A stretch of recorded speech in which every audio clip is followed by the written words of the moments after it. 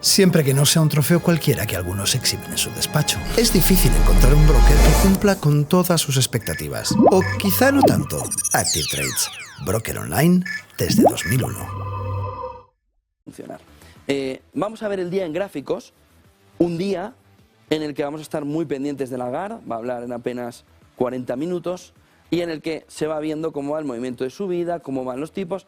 Este es el informe de BlackRock, en el que en este informe semanal nos marca hasta qué punto la subida de la Fed es salvaje. Hasta qué punto los salvajes de la Fed, entre comillas los salvajes de la Fed, va tirando tipos de interés hasta romperlo todo. Esta es la proyección que vivimos en los 80. Y es a la que se refiere Bullard en la parte final.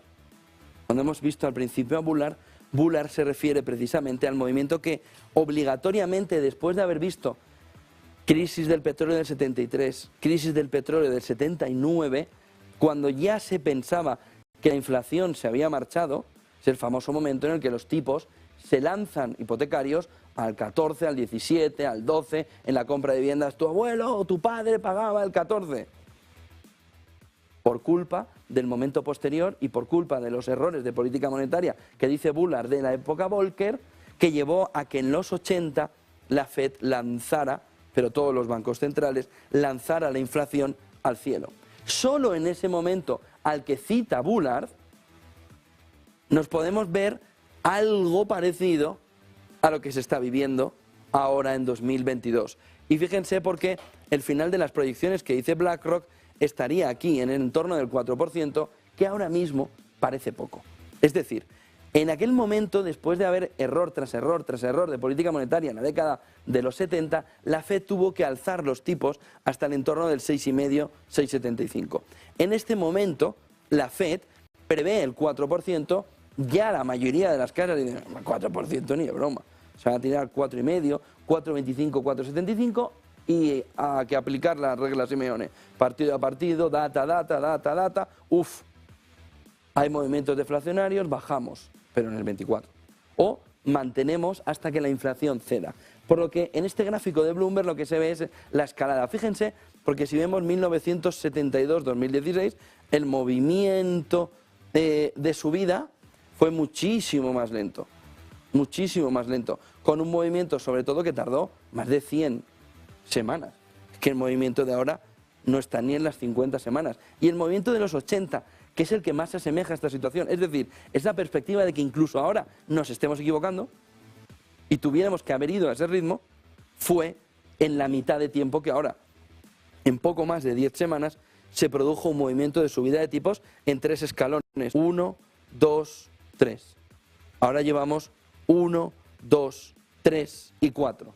De ahí que los halcones de la Fed, Bullard, diga, es que no le estáis metiendo toda la chicha a esta historia. ¿Hasta qué punto la Fed está siendo suficientemente agresiva contra un momento inflacionario tan elevado como el actual? Miren el siguiente gráfico que nos marca esta mañana también de BlackRock hacia dónde deben tender ahora mismo las inversiones. Y es llamativo porque hemos visto que la energía estaba creciendo en torno del 50% desde el inicio del año hasta hace apenas un mes y medio, y ahora aquí se ve el crecimiento del Brent como perfecto reflejo de la inversión en energía, pero como la posición ya de BlackRock no está como el dólar. En el dólar está, coge todo lo que haya de dólar para tu inversión, para tu cartera, pero ya en la energía, fíjense que ya no tiene una posición tan fuerte, porque el rango de 2022 de crecimiento en el año ya va a dar una rentabilidad que va a estar incluso por debajo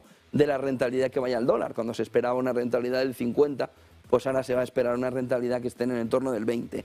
Y luego tenemos el oro, que miren cómo se está comportando, en el que todavía espera BlackRock que se comporte peor. Mercados europeos, el 10 años americano, hoy con otra subida cerca ya del 4%, también en la parte baja de crecimiento, y por supuesto mercados emergentes, mercados americanos comportándose mucho peor que los europeos, el 10 años italiano, es decir, que hay que eliminar de cartera, que está por el entorno del 20% de rango en 2022, dice BlackRock, mercados emergentes, renta variable americana y el bono a 10 años italiano. Esas tres cosas, fuera. Miren el siguiente gráfico que nos marca esta mañana también cómo de rápido puede la inflación tirar hacia abajo. Veíamos un gráfico, creo que fue ayer, de Bank of America, que decía cuando supera el 5%, sobre todo en la década de los 80 marca un poco la tendencia, se tardan 10 años de media en volver a la inflación al 2%. Subida de tipos muy potente, como se vio en 1980, y Bank of America habla de 10 años.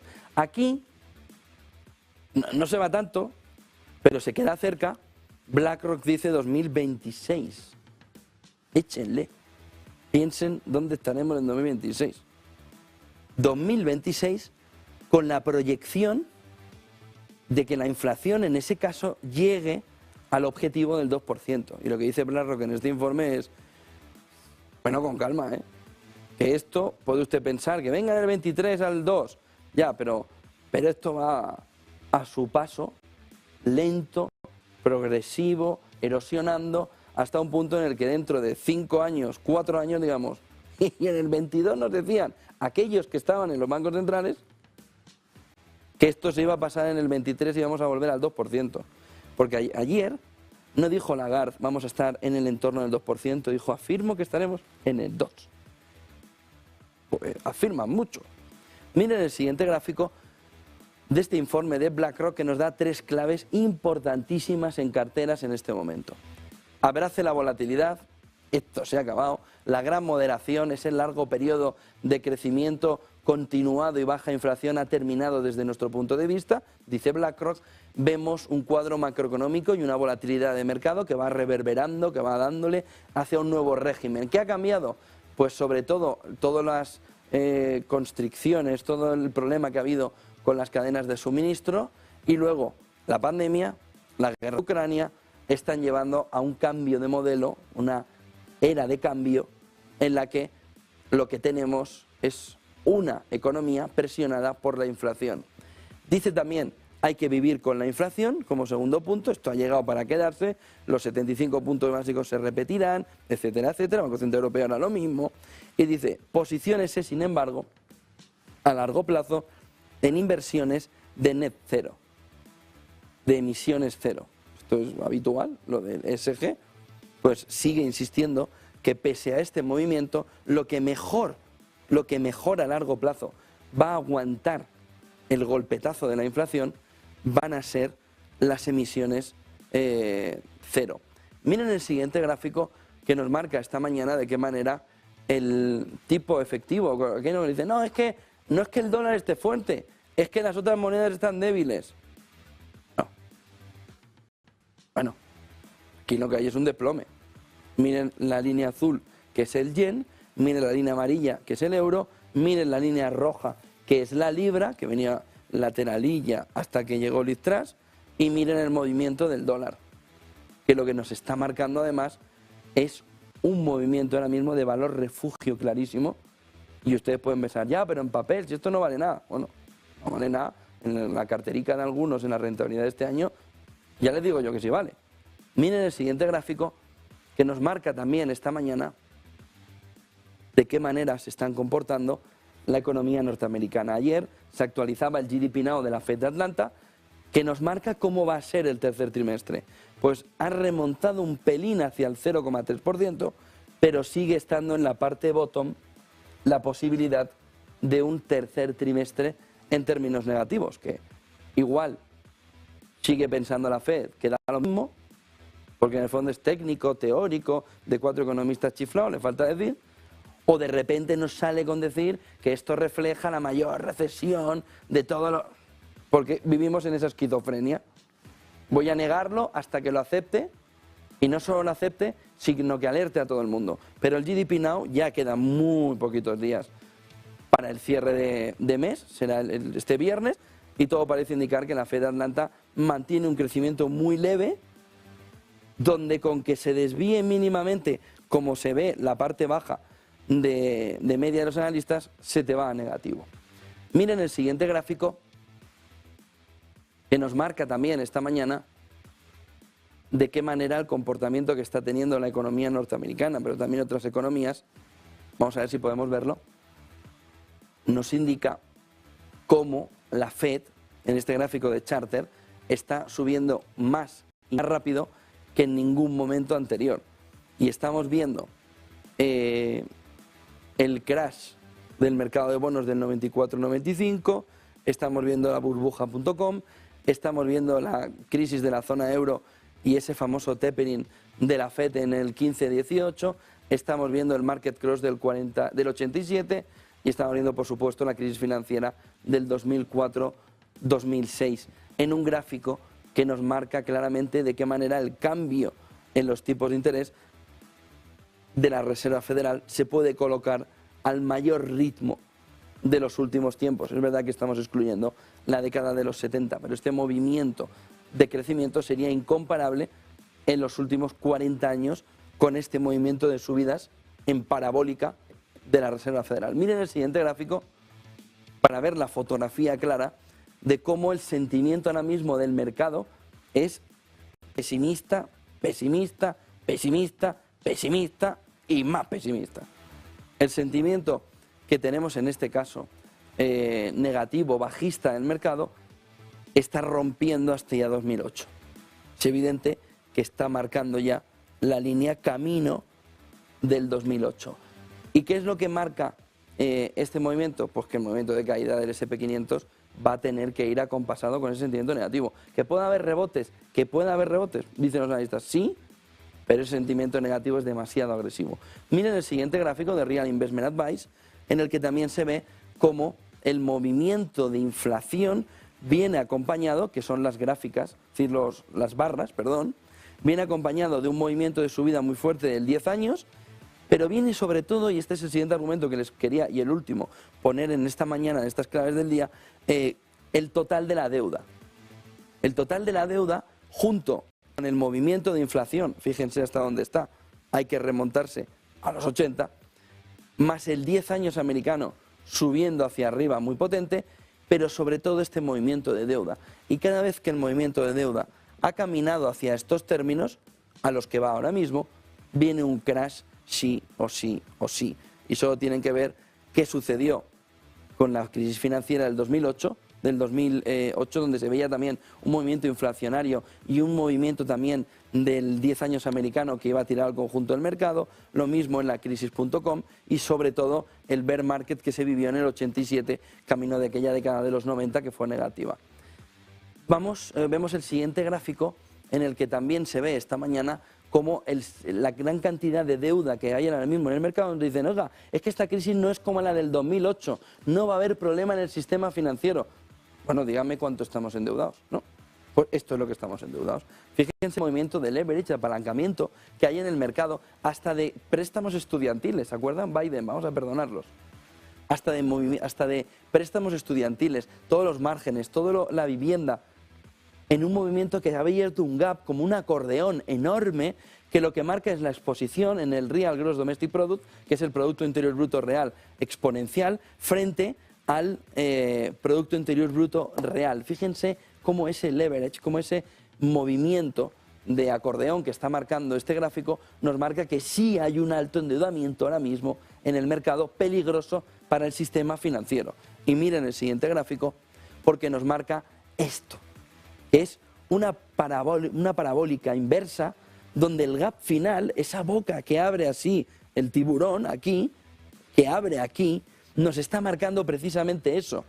Que no nos engañen, no hay la misma situación que en 2008 de endeudamiento. ¿Cómo que no? ¿Cómo que no?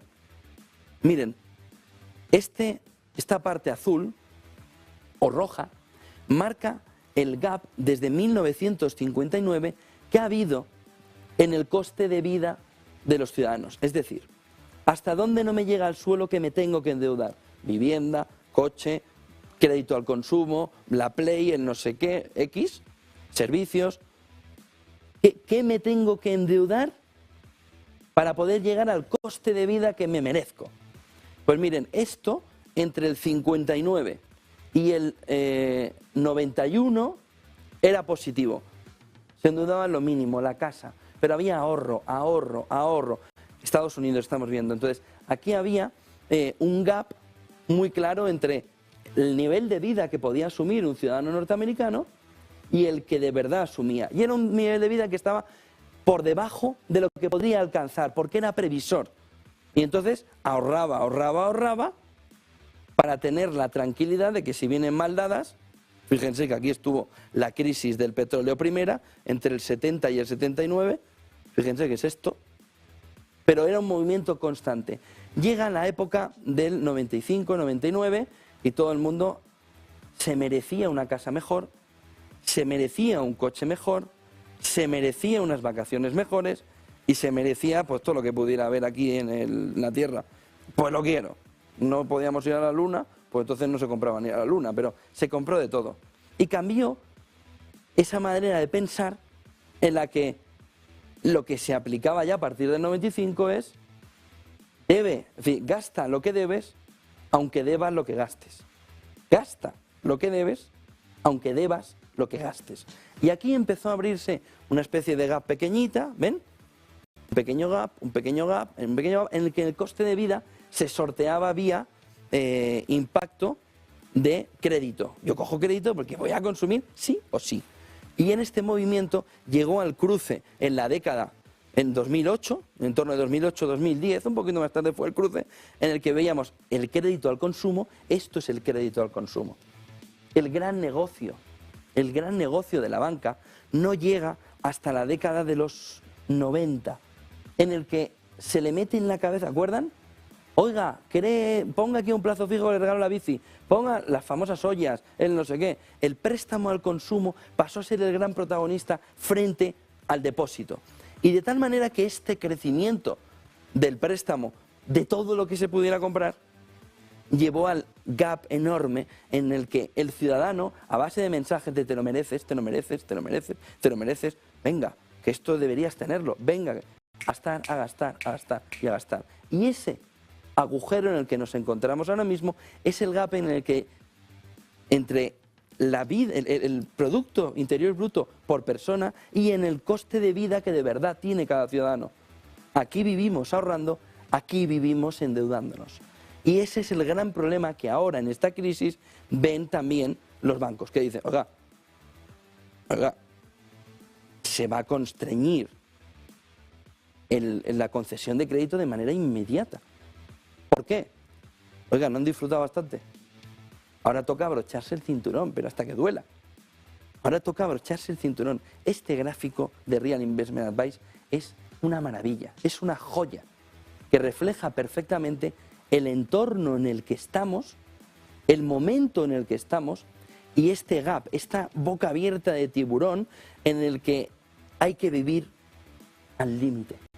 Este es el momento del hay que vivir al límite, a pesar de una crisis financiera. 8:55, nos vamos un momentito a publicidad, entramos.